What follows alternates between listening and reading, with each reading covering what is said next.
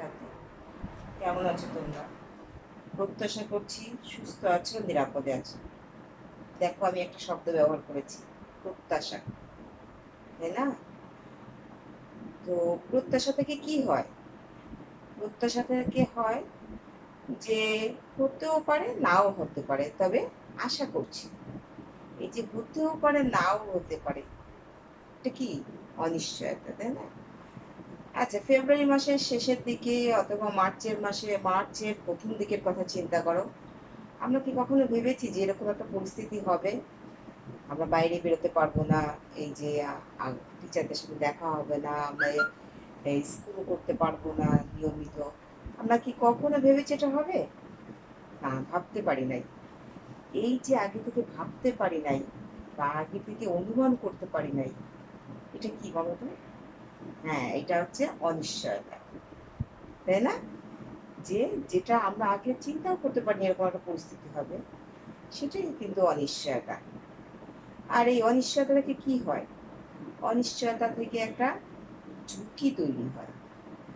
তো আজকে আমরা নবম ও দশম শ্রেণীর শিক্ষার্থীদের আমি আমার এই ক্লাসে স্বাগতম জানাচ্ছি। আসো আমরা উম, আমাদের এই ক্লাসটা কন্টিনিউ করি। তো নবম ও দশম শ্রেণীর শিক্ষার্থীরা, তোমাদেরকে স্বাগতম জানাচ্ছি আমি। আজকে আমরা ফিনান্স ও ব্যাংকিং এ চতুর্থ অধ্যায় পাঠ করব। আমার শিক্ষক পরিচিতি তোমরা দেখতেই পাচ্ছ। দেখো, একটা ছবি দেখো, একটা মেয়ে রোপওয়েতে যাচ্ছে, কত বড় ঝুঁকি, তাই না? একটা ট্রাকে এবং একটা ভ্যানে, এই মহামারীতে কি হয়, আমাদের কি করতে হবে? শারীরিক দূরত্ব বজায় রাখতে হবে, কিন্তু তা না করে কি করেছে, সবাই একসঙ্গে একটা ট্রাকে এবং একটা ভ্যানে অনেক প্যাসেঞ্জার একসঙ্গে যাচ্ছে। কি তৈরি হচ্ছে বলতো? ঝুঁকি তৈরি হয়ে গেছে। দেখো, একটা ঝড়, তাই না? একটা ঝড়, এই ঝড়টা কতটা ক্ষতি করবে, এটা আসবে কেন, আসার আগেও আমরা কিন্তু অনুমান করতে পারি না, আবার এটা কতটা ক্ষতি করবে তাও কিন্তু আমরা অনুমান করতে পারি না। তাহলে একটা ঝুঁকি তৈরি হয়, তাই না? একটা শিল্প প্রতিষ্ঠান, এখানে উৎপাদনটা তোমার প্রত্যাশা অনুযায়ী হতেও পারে, বিক্রয়টা প্রত্যাশা অনুযায়ী হতেও পারে, নাও পারে, আবার বেশিও হতে পারে, তাই না? সমস্ত কিছু কি আছে, একটা অনুমানের উপর নির্ভর করছে, তাই না? কিন্তু কিছু কিছু জিনিসের ব্যাপারটা হচ্ছে কি, আমরা কি পরিমাপ করতে পারছি, কোনো কোনো ব্যাপারগুলো আমরা কি করতে পারছি না, পরিমাপ করতে পারছি না। আর কি, এই ক্ষতিটা কত হবে বা লোকসানটা কত হবে বা মুনাফাটা কত হবে, এটা আমরা পরিমাপ করতে পারছি কোনো কোনো ঘটনা থেকে, কোনো কোনো ঘটনা থেকে আমরা পরিমাপ করতে পারছি না। তো আসলে এখন তো আমরা অনুমান করতে পারছো যে আমরা আজকে কি পড়বো, তাই না? আমরা আজকে চতুর্থ অধ্যায়, আমরা আজকে ঝুঁকি ও অনিশ্চয়তা পড়বো, ঠিক আছে? তা দেখো, ছবিটা দেখি আমরা, এই অধ্যায় থেকে আমরা যেটা শিখতে পারবো, ঝুঁকি অনিশ্চয়তা কি আমরা বলতে পারবো, এর পার্থক্য নির্ণয় করতে পারবো, বিভিন্ন ধরনের ঝুঁকির উৎস আমরা চিহ্নিত করতে পারবো, এবং ঝুঁকি মুক্ত আয় বা ঝুঁকি বহুল আয় কি সেটা আমরা জানতে পারবো। দেখো, একজন চাষি, কি চাষি, গোলাপ তার অনেক হয়েছে অথবা বিক্রি হচ্ছে না, সে কি করছে, এটাকে এটাকে নষ্ট করে দিচ্ছে। আরেকটা জায়গায় দেখো, অনেক ফসল উৎপাদন হয়েছে, অনেক ধান মেবি, তাই না? তো দেখো, এইটা কিন্তু এই দ্বিতীয় ছবিটায় তার কিন্তু প্রত্যাশা থেকে বেশি হয়েছে। এটা তার প্রত্যাশা অনুযায়ী বিক্রি হয়নি বলে সে সেটাকে কি করছে, নষ্ট করে দিচ্ছে। তাহলে আমরা এখন দেখো, এটা থেকেও আমরা কতটা বেশি আছে পরিমাপ করতে পারবো, এটা থেকেও আমাদের ক্ষতি কতটা হচ্ছে তাও আমরা এটা পরিমাপ করতে পারবো। তাহলে আমরা এখন ঝুঁকি সম্পর্কে কি বলতে পারি বলো? তাহলে আমরা ঝুঁকি এখন আমরা নিশ্চয়ই আমাদের এই ছবির মাধ্যমেই আমরা কিন্তু এখন কি করতে পারি, সংজ্ঞাটা ব্যাখ্যা করতে পারি। কি হচ্ছে, প্রত্যাশা অনুযায়ী যদি প্রকৃত ফলাফল যদি প্রত্যাশিত ফলাফল থেকে ভিন্ন হওয়ার সম্ভাবনাকেই আমরা অর্থায়নে কি বলি, ঝুঁকি বলি। তার মানে ইনি যতটা প্রত্যাশা করেছিলেন ততটা তার বিক্রি হয় নাই, সেজন্য তার একটা লোকসান হয়েছে, তিনি সে নষ্ট করতে বাধ্য হয়েছে। তিনি হয়তো এখানে হয়তো এতটা ফসল উৎপাদন হবে এটাও আশা করতে পারেনি তারা, তাই না? তবে এটাও তো ঝুঁকি আছে, এটাতেও ঝুঁকি রয়ে গেছে। তাহলে আমরা কি বলতে পারি যে প্রকৃত ফলাফল প্রত্যাশিত ফলাফল থেকে ভিন্ন হওয়ার সম্ভাবনাকেই ব্যবসায় অর্থায়নে ঝুঁকি বলা হয়। তাহলে দেখো, এটা কি আছে, একটা আগুন, মানে আগুনের ছবি, আগুন ধরে গেছে, এটা একটা ভূমিকম্পের ছবি, এটা একটা ঝড় সৃষ্টি হচ্ছে, এরকম একটা ছবি।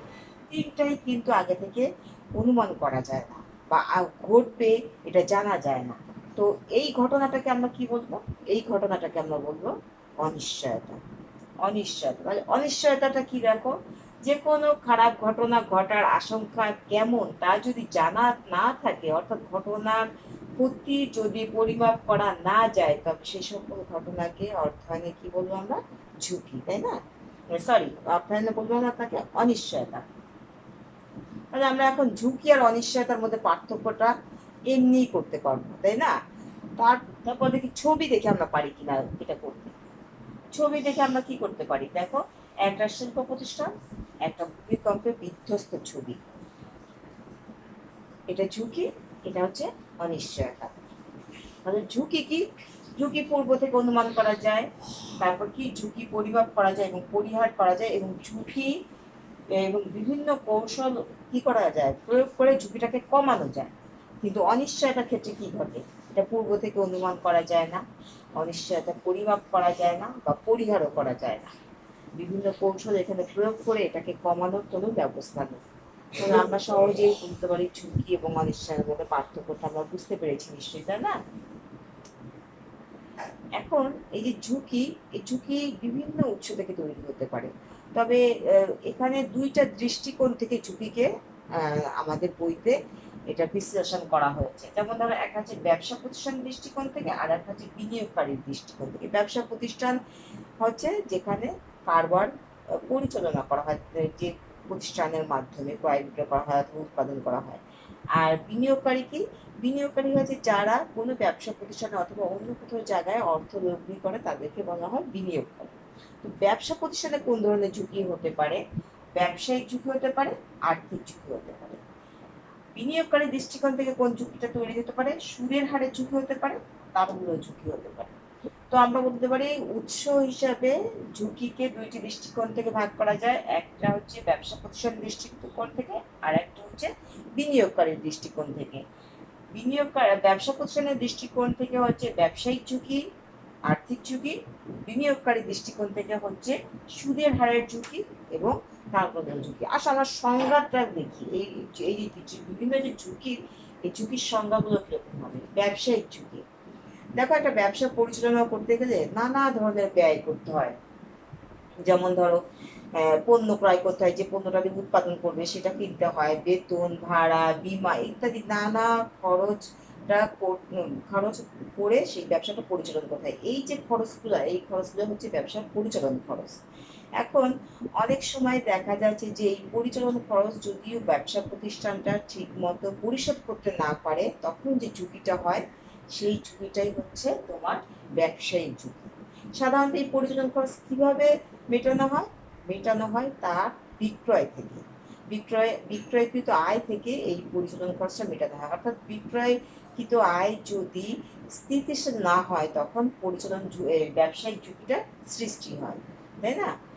এরপরে দেখো আছে কি, এরপরে আছে আর্থিক ঝুঁকি।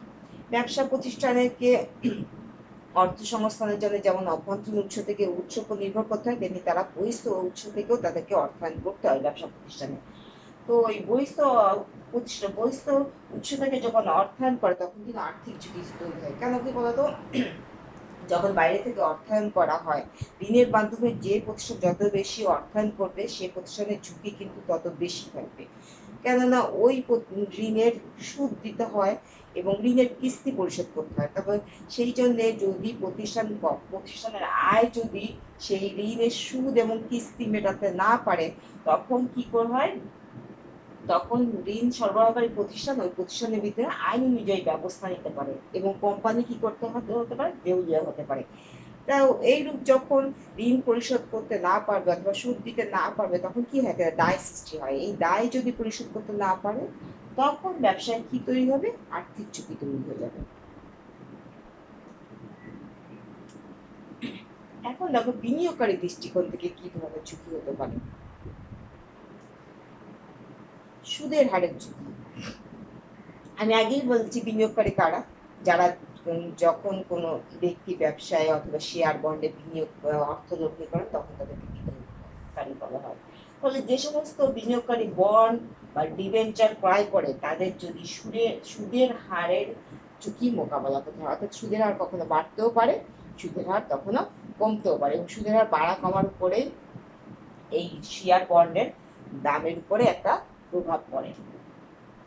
এরপরে কি আছে তারল্য ঝুঁকি। তারল্য তো বোঝো যে নগদ নগদায়ন করা, অর্থাৎ নগদ অর্থে পরিণত করা। বিনিয়োগকারীরা কি করে, অর্থ শেয়ার বন্ড ডিবেঞ্চারে বিনিয়োগ করার পরে কোনো কারণে যদি বিনিয়োগকারী সহজে এবং যুক্তিসঙ্গত দামে বিক্রি না করতে পারে তখন কি হয়, তারল্য ঝুঁকি তৈরি করা হয়। অনেক সময় দেখা যায় শেয়ার কিনেছে, শেয়ারের দাম অনেক কমে গেছে, তখন ওটা বিক্রি করে কি হয়, একটা লোকসান লোকসানের একটা সম্ভাবনা থাকে, সেই সময় এটা বিক্রি করা যায় না এবং সঙ্গে সঙ্গে নগদ অর্থে পরিণত করা যায় না। কিন্তু তবে এক নিয়োগনা এবং অংশীদারি কারবারের ক্ষেত্রে এই তারল্য ঝুঁকিটা আরো বেশি, কেননা তাদের পক্ষে কারবারে স্থাবর সম্পত্তি খুব তাড়াতাড়ি বিক্রি করে নগদ অর্থে পরিণত করা একটা কি হয়, সমস্যা হয়। এই জন্য তাদের ক্ষেত্রে এই নগদ অর্থের তারল্য ঝুঁকিটা একটু বেশি হয়ে থাকে। তবে শেয়ার বা বন্ডে সে অর্থায়ন যদি করা হয় বা বিনিয়োগ করা হয়, এখানে একটু ঝুঁকিটা কম থাকে, কারণ যে কোনো সময় সেকেন্ডারি মার্কেটে শেয়ারটা বিক্রি করে দেওয়া যায়। একটা দেখো ছবি, একটা পোল্ট্রি ফার্মের ছবি, মুরগি, তাই না? কি হয় বলতো, মুরগি যদি কোনো পোল্ট্রি ফার্ম করা হয় তাহলে কি হতে পারে, অনেক মুনাফাও হতে পারে, আবার একদম তোমার ক্ষতির সম্মুখীন হতে পারে। হঠাৎ করে একটা রোগ আসলো, অথবা ডিমের দাম কমে গেল, মুরগির দাম কমে গেল, মানুষের রুচির উপর নির্ভর করে হয়তো পোল্ট্রি মুরগি খেলো না, তাহলে কি হয়, এই এই ব্যবসাটার উপরে একটা কি হয়, একটা মুনাফার উপর প্রভাব পড়ে, অর্থাৎ বেশিও হতে পারে অথবা কমও হতে পারে। তো এটা কি হচ্ছে, এটা আরেকটা দেখো, একটা জাতীয় সঞ্চয়পত্রের ছবি আছে। তো জাতীয় সঞ্চয়পত্র তোমরা তো জানো নিশ্চয়ই, আমাদের বিভিন্ন ধরনের সঞ্চয়পত্র আছে, বা আমাদের বিশ্বের সব দেশেই। তো আমাদের দেশে কিরকম আছে, যে জাতীয় সঞ্চয়পত্র আছে, পারিবারিক সঞ্চয়পত্র আছে, প্রাইজ বন্ড আছে। এখানে বিনিয়োগ করলে কি হয়, এখানে বিনিয়োগ করলে সেই টাকাটা পুরাটা থেকে যায়, এবং ওই বিনিয়োগের উপর যত হারে সুদ দেওয়ার কথা, সে যে কোনো পরিস্থিতি হোক না কেন, ওই সুদটা সরকার বা সেই প্রতিষ্ঠান দিতে বাধ্য থাকে। তাহলে কি হচ্ছে, এখানে কিন্তু সুদের হার কমা বা বাড়ার কোনো সম্ভাবনা থাকে না, অথবা বিরূপ পরিস্থিতিতেও ওই হারে সেই বিনিয়োগকারী আয় করতে পারে। কারণ আমার কথায় কিন্তু তোমরা এখন বুঝতেই পারছো আমি কোনটার দিকে যাচ্ছি, বা আমি এখন কি বলতে চাচ্ছি। দেখো, তার মানে একটা হচ্ছে ঝুঁকিপূর্ণ আয়, আর একটা হচ্ছে কি ঝুঁকিমুক্ত আয়। তার মানে এখানে তোমার মুনাফা হতেও পারে, নাও পারে, এটা একটা ক্ষতির সম্ভাবনা হতেও পারে, নাও পারে। তাই এই যে প্রত্যাশিত প্রকৃত ফলাফল প্রত্যাশিত ফলাফলের সাথে যে পার্থক্য হয়, তাহলে সেটাকে কি বলা হয়, ঝুঁকি বলা হয়, তাই না? তা এটা হচ্ছে এরকম ব্যবসা প্রতিষ্ঠানে বিনিয়োগ করা বা তোমার বিনিয়োগ করাটা সবসময় কি হয়, একটা ঝুঁকিবহুল হয়। মানে কখনো মুনাফা বেশি হতে পারে, কখনো কম হতে পারে। কিন্তু সঞ্চয়পত্রে বা পারিবারিক সঞ্চয়পত্রে এই ধরনের যখন তোমার এই ধরনের যখন বিনিয়োগ করা হয়, তখন সেই আয়টা কি থাকে, আয়টা নির্ধারিত থাকে, তাই না? নির্ধারিত থাকে, এবং যে কোনো পরিস্থিতিতে ওই আয়টা অর্জিত হয়, এই জন্য এটাকে কি বলা হয়, ঝুঁকিমুক্ত আয়। তো আমরা ঝুঁকি বহুল আয়ের এবং ঝুঁকিমুক্ত আয়ের সংজ্ঞা এবং পার্থক্য আমরা কিন্তু এখন নিজেরাই করতে পারবো না? আসলে আমরা একটা বাড়ির কাজ করি, তাই না? ব্যবসা প্রতিষ্ঠানে বিভিন্ন সিদ্ধান্ত গ্রহণে ঝুঁকির ভূমিকা আলোচনা করো। তো আমার মনে হয় তোমরা এটা উত্তর করতে পারবে। তোমরা এটা অনেকভাবেই করতে পারো, ঝুঁকির সংজ্ঞা থেকে করতে পারো, তারপরে ঝুঁকি অনিশ্চয়তার পার্থক্য থেকে করতে পারো, তারপরে তোমরা আর্থিক ঝুঁকি এবং ব্যবসায়িক ঝুঁকি ইত্যাদির উপরে ভিত্তি করে প্রশ্নের উত্তর করতে পারো।